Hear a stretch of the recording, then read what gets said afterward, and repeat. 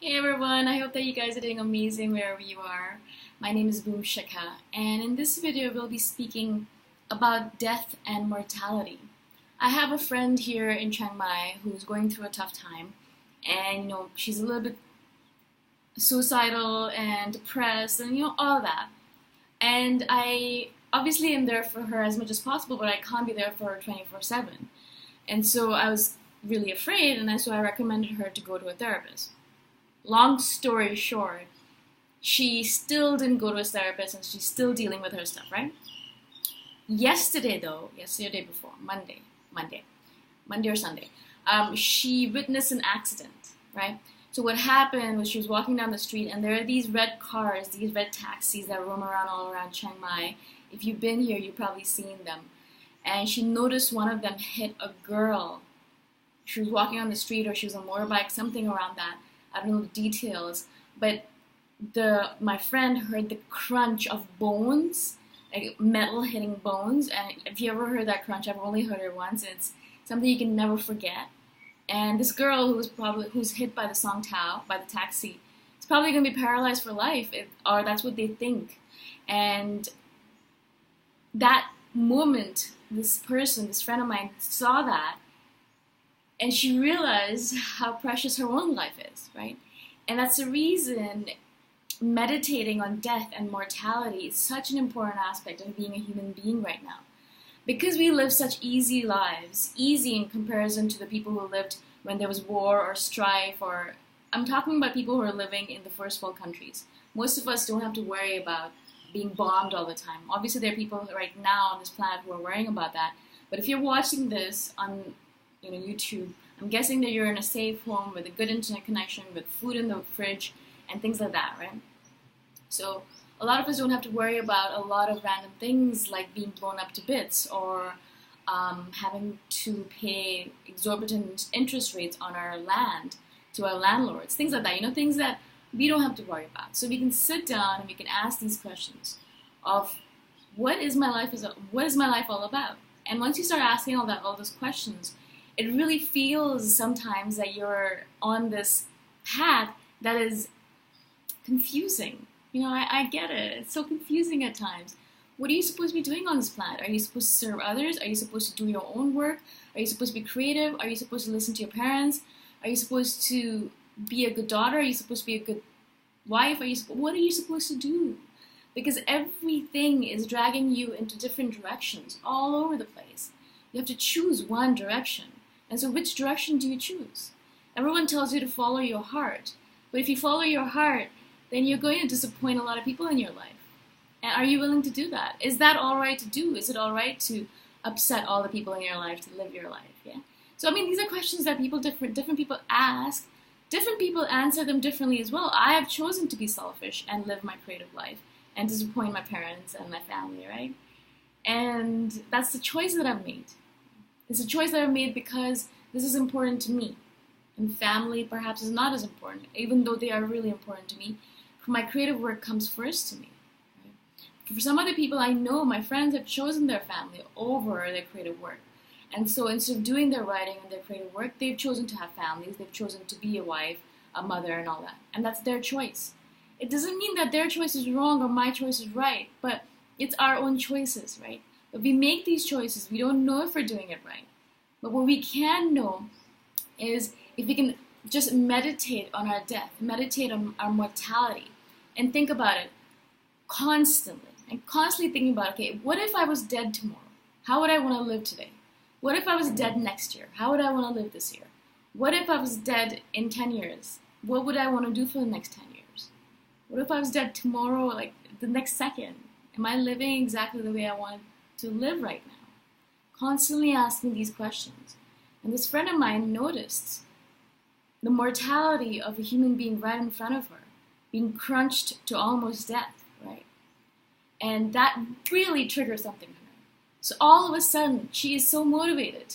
She is not mired in depression or self-pity or anything anymore. She's talking about doing meditation and running things, doing this and that. Might be temporary or might be a long-term thing. It doesn't really matter. But that's what death does to us. Because we realize that we are not going to be here forever. Right? We're not going to be here forever, guys.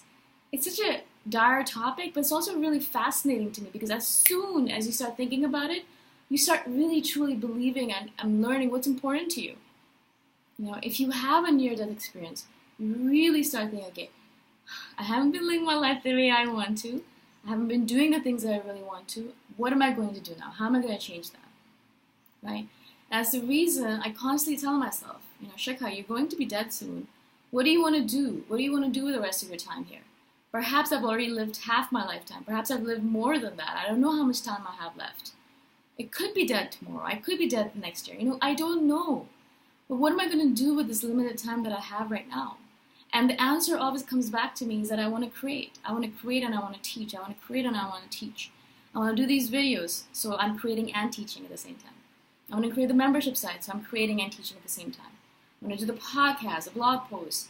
All of this stuff that I'm doing right now, writing my novels, is all things that I want to do. And so if I think about my death right now, I have no regrets. I could die in the next second, and I know I've lived these last few years in exactly the way that I wanted to.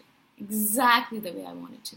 And so when I know that, that is when the true satisfaction or contentment comes within you, within me. I know that I'm living the exact life that I want to live. So if I die tomorrow, I have no regrets. There are no regrets at all. I've done everything that I want to do, and I'm doing everything that I want to do. Right? I mean, there's certain things that I will do, because if I have a long life left, then I want to go to Burning Man. You know, I want to be in a relationship perhaps long term. I want to be an aunt with my brothers and sisters' kids, because I don't want kids myself. You know, I want to be able to help my parents retire and live a nice life. There's a lot of things I would want to do, for sure. I'm not saying that I'd be happy dying tomorrow, but I wouldn't have any regrets, because I've lived my life exactly the way I wanted to live. And so I implore you guys to do exactly the same thing. Please, meditate on your death and mortality on a constant basis.